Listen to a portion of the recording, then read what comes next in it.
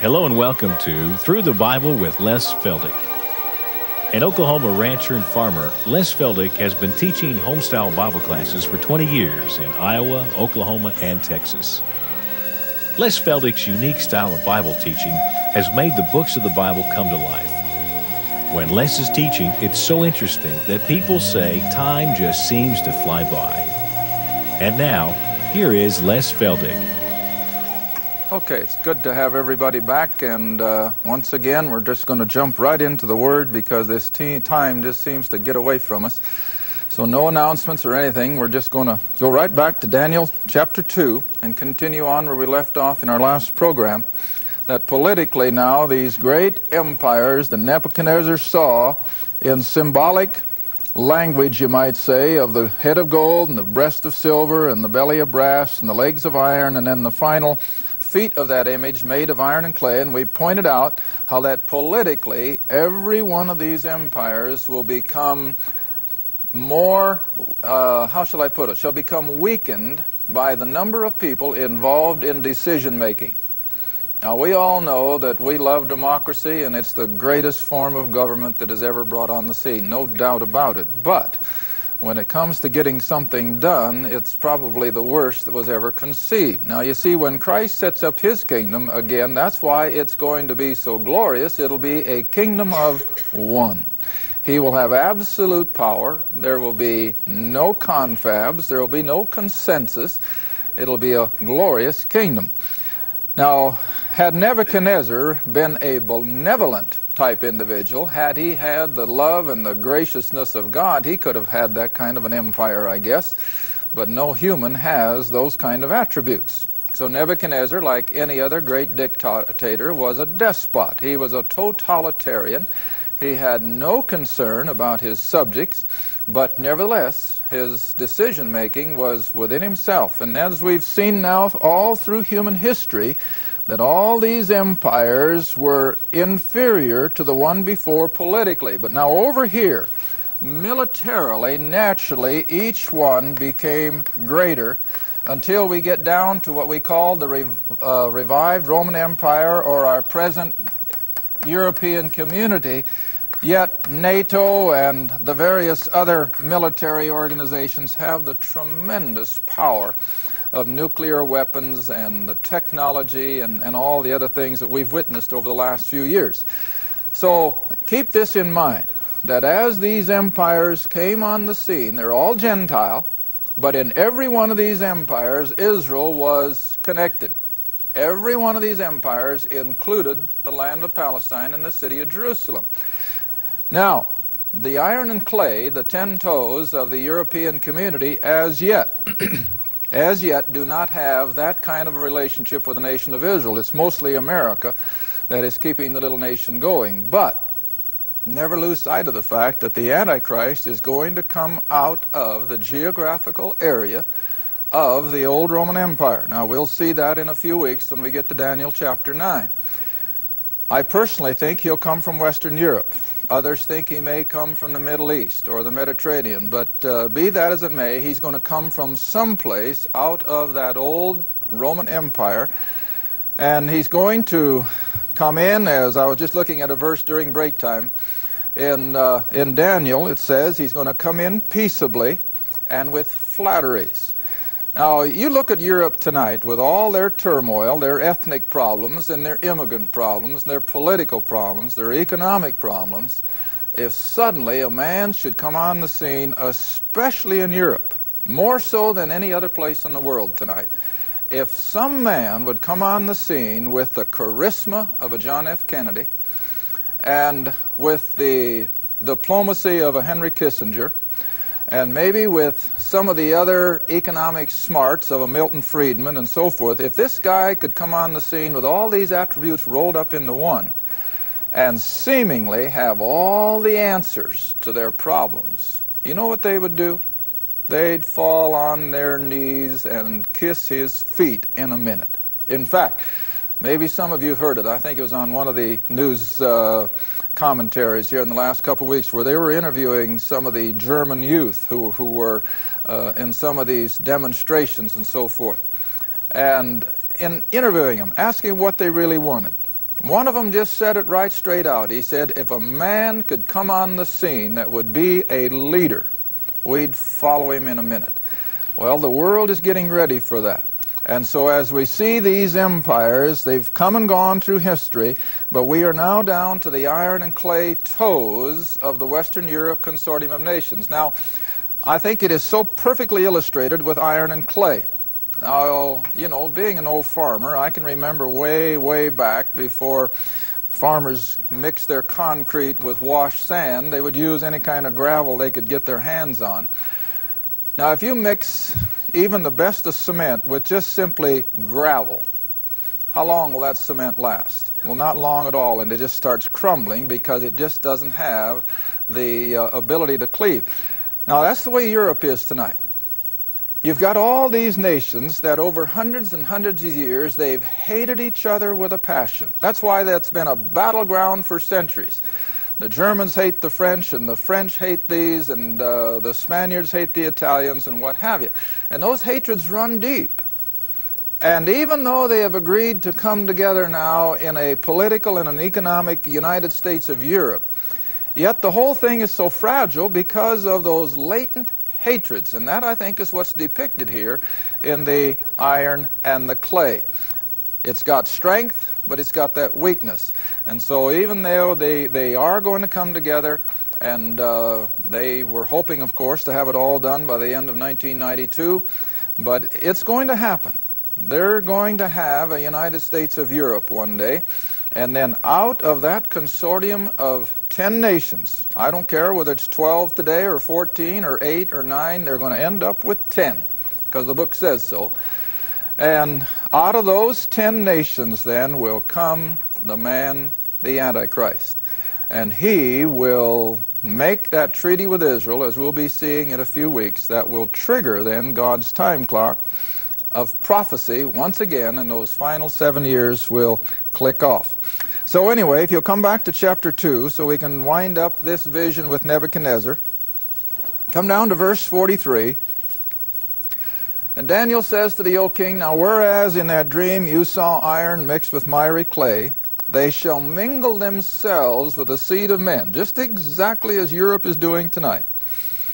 But they shall not cleave one to another. In other words, there's not going to be a real political unity. The whole thing will be fragile. And for this reason, it's going to be so ripe for a one man to come on the scene. And I'll tell you what, we're getting close. Now, I'm not a date setter, you know that. But I do feel that we are getting so close to the appearance of the Antichrist. And remember, before he makes his appearance, we have to go. The Lord's going to be taking us out. We're not going to see him. I don't think we'll even be able to put a thumb on who he is. We may have some ideas. And, of course, those have come and gone, so we have to be careful. You don't just glibly say, well, I think he's going to be the Antichrist, because we don't know. And we're going to be gone before he comes. But when he comes, he's going to have the world literally falling at his feet. He's going to rule and reign for that 7 years. Satanically, it's going to be the most awful 7 years in all of the earth's history. I like to put it this way, the Holocaust of Nazi Germany will be a Sunday school picnic compared to those 7 years. And it won't be limited to just Europe, it'll be worldwide. But then now you come into verse 44. You see, the sovereign God is in control of the whole thing. You know, that's why I like to start in Genesis, you know, the plan of God for the whole age of history. It's all architecturally drawn up from eternity past. Nothing takes him by surprise. Everything is right. In fact, again, I was thinking on the way up, I know my wife sometimes wonders why I don't talk much on my way from home to Tulsa for these tapings, but I'm thinking a mile a minute. And, you know, it's just so hard to comprehend how that a sovereign God pre-planned everything that has happened, and yet he left man with a free will.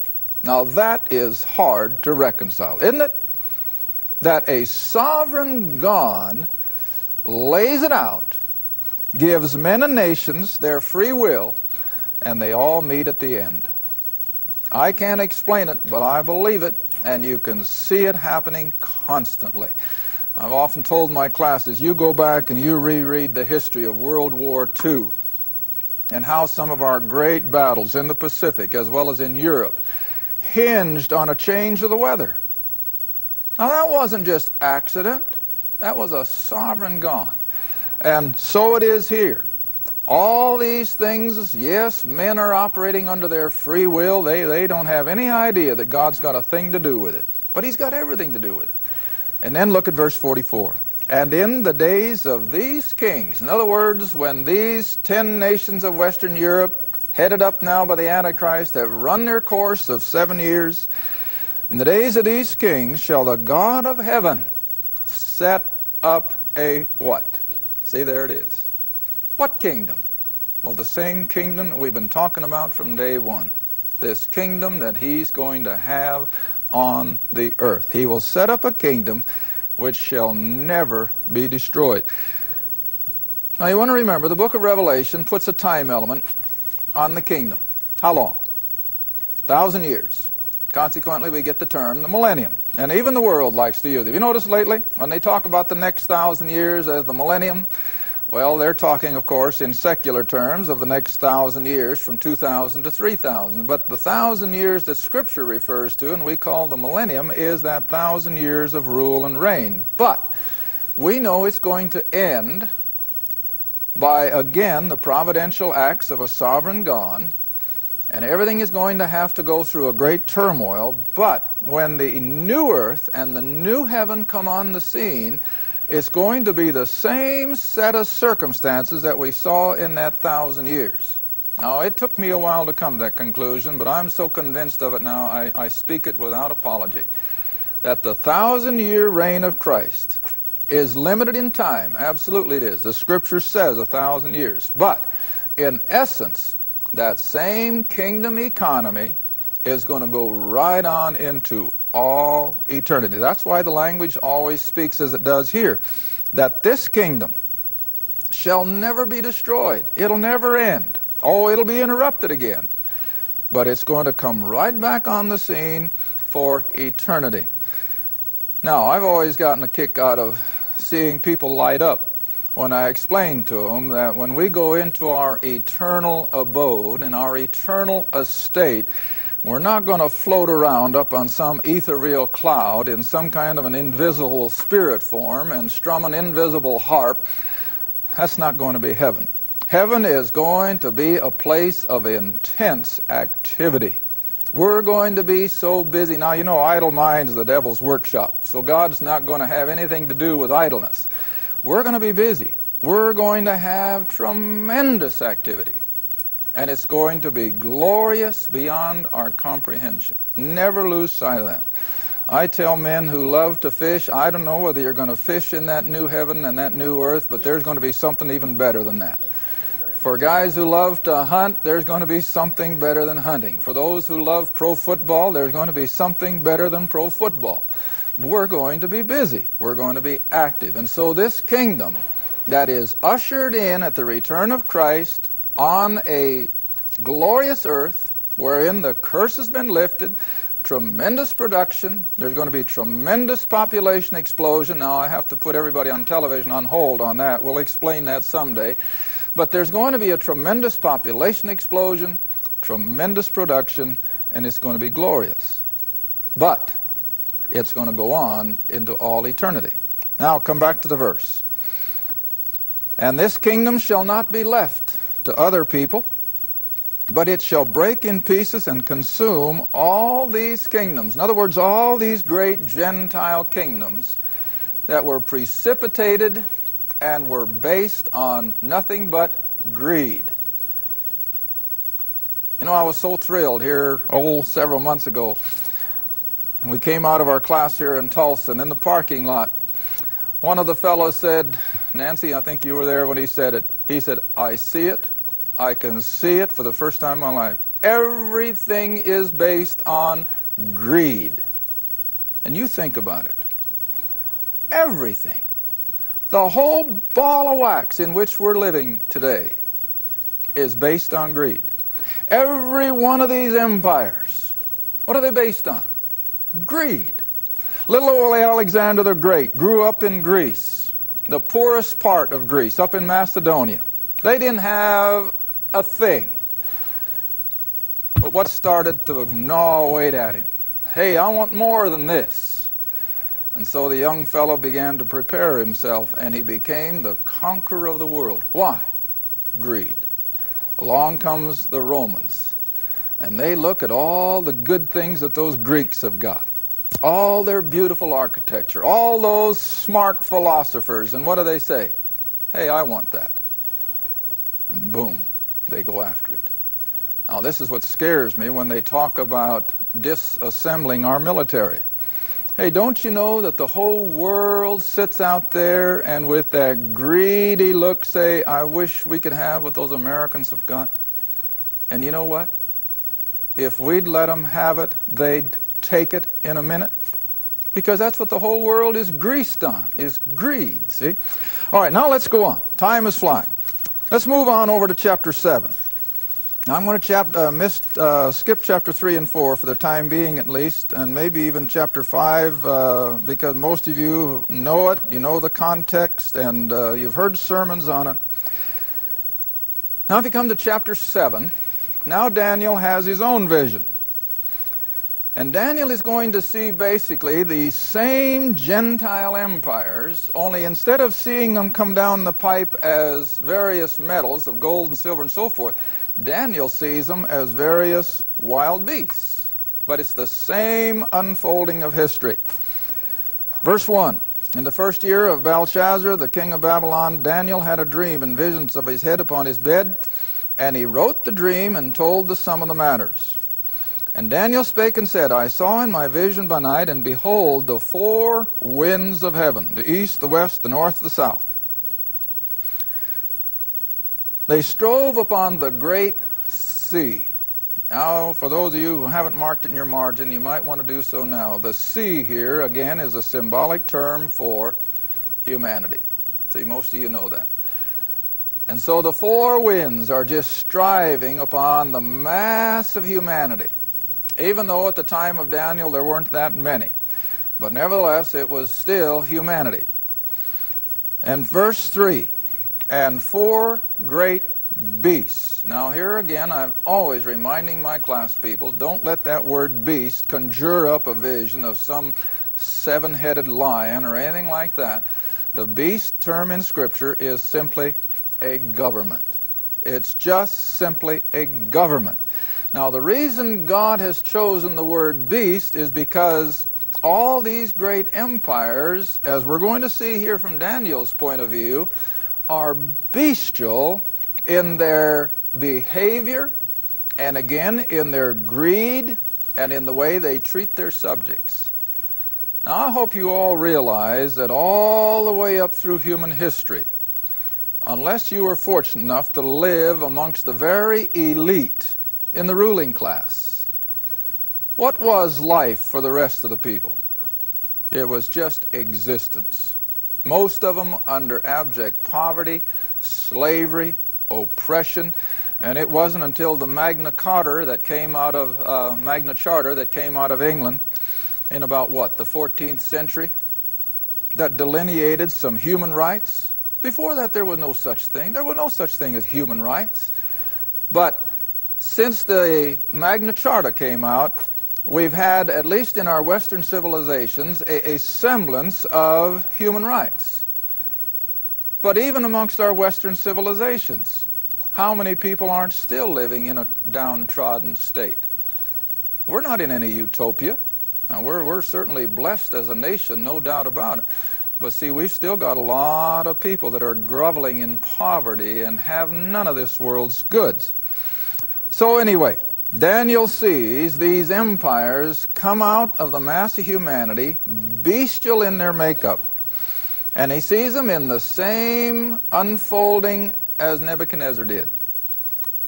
Verse 4, the first one was like a lion. That's Babylon.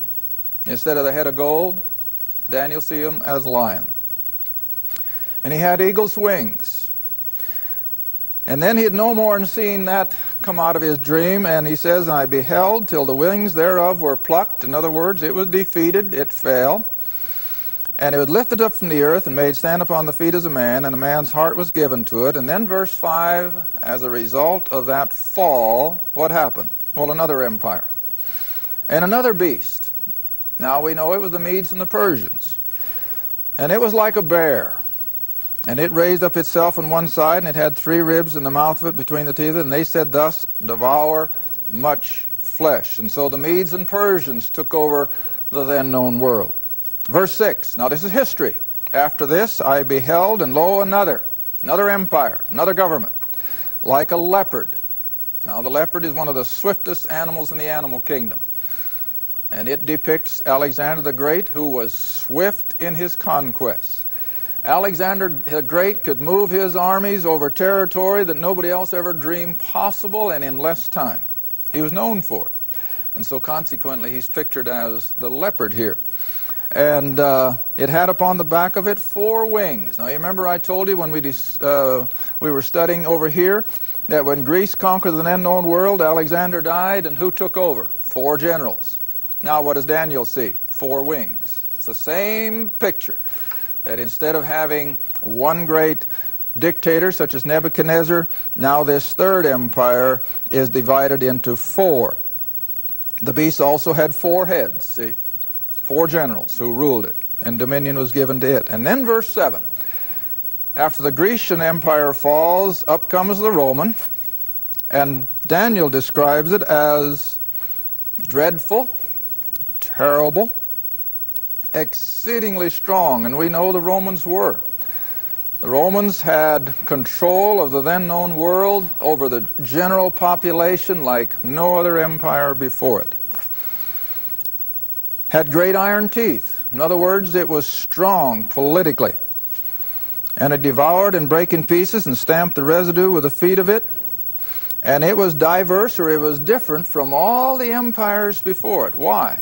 Because, like I said last week, it was the beginning of a democratic form of government that had never been dreamed of before. And then you have a semicolon. And then what's the last part of the verse?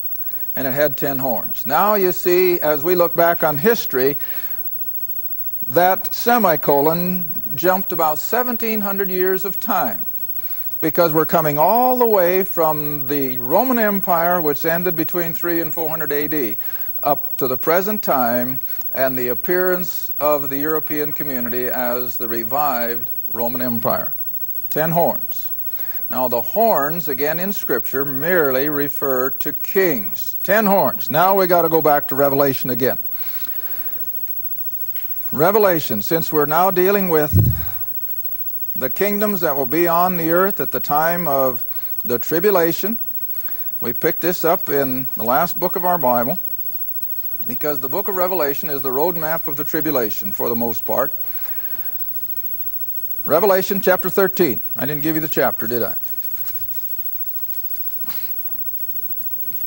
We were here last week when we looked at the religious leader, but now we're going to look at these 10 horns that will be the base of operation for this world ruler we call the Antichrist. And I stood upon the sand of the sea. What are we talking about again? The mass of humanity. And I saw a beast. What are we talking about? A government. Rise up out of the mass of humanity, and it has 7 heads and what? 10 horns. See how that fits with Daniel? 7 heads, 10 horns. Now this isn't some 7-headed creature or anything like that. It's a consortium of nations. It's an empire. And upon his horns 10 crowns, and upon his heads the name of blasphemy, and the beast, this government, now it's going to be headed up in one man, remember, the Antichrist, was like unto a leopard, his feet like a bear, and his mouth like a lion. What does that tell you? What we just read in Daniel chapter 7. The very same things. Daniel saw Greece as a leopard, he saw the Medes as a bear, and he saw the Babylonians as a lion, see? Now John sees them in the same context. And the dragon, Satan, gave him, the Antichrist, the head of this final Roman Empire, the dragon, Satan, gives him his power, his throne, and his authority. And I saw one of his heads that were wounded to death, and his deadly wound was healed. Now here again, I wish I had more time. A lot of people think that the man Antichrist is going to be shot or something, and then he's going to be brought back to life. I prefer to think that we're dealing with the Roman Empire. The Roman Empire was the one that suffered a deadly wound. It died, it collapsed, it faded off the scene. And here we see it coming up again. Now, if you think I'm stretching the point about Western Europe being a revived Roman Empire, I hope I got time for this. Here about 2 years ago in Insight magazine was an article on the European community, written by a lady, and why I didn't cut it out I'll never know, but I didn't. But she was describing all the ins and outs of Western Europe, exactly like I shared a week ago. Their hatreds, their problems, and so forth. And yet the potential. They have got the biggest potential for gross national product of anything on earth. But she ended her article with this statement. Now she says, it may seem odd to think that these nations who hate each other can come together and make a United States of Europe. But she said, let me remind you that every one of these have been in an empire together once before, the Roman Empire. And that's the way she ended her article. And so even a secular writer can see that what we're having come out of Europe now is the very outline of that same old Roman Empire. Just exactly as Scripture said it was. Then, I won't have time, but I just wanted you to see that here you have the same language in Revelation as you have in Daniel. You have the 10 horns. You have the aspects of his government is going to be bestial. He's going to have the power and the totalitarian exercise of it like Nebuchadnezzar. He's going to rumble over people like the old bear, the Medes and the Persians. He's going to have the swiftness, he's going to have the tenacity of the leopard empire of Alexander the Great.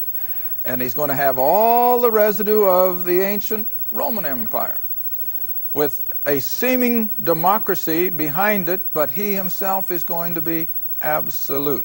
So this whole thing is coming together perfectly. And the closer we come to it, the more we're going to see how accurate this book really is. And so the head that was wounded, I think, is the old Roman Empire. Now all of a sudden it's alive and well. It's on the scene. And so I say, watch Western Europe.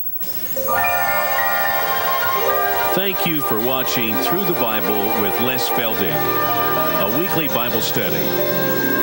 If you would like more information about the Les Feldick Ministries, a Bible study in your area, or about this program, write to Les Feldick Ministries, Route 1, Box 760, Kinta, Oklahoma, 74552.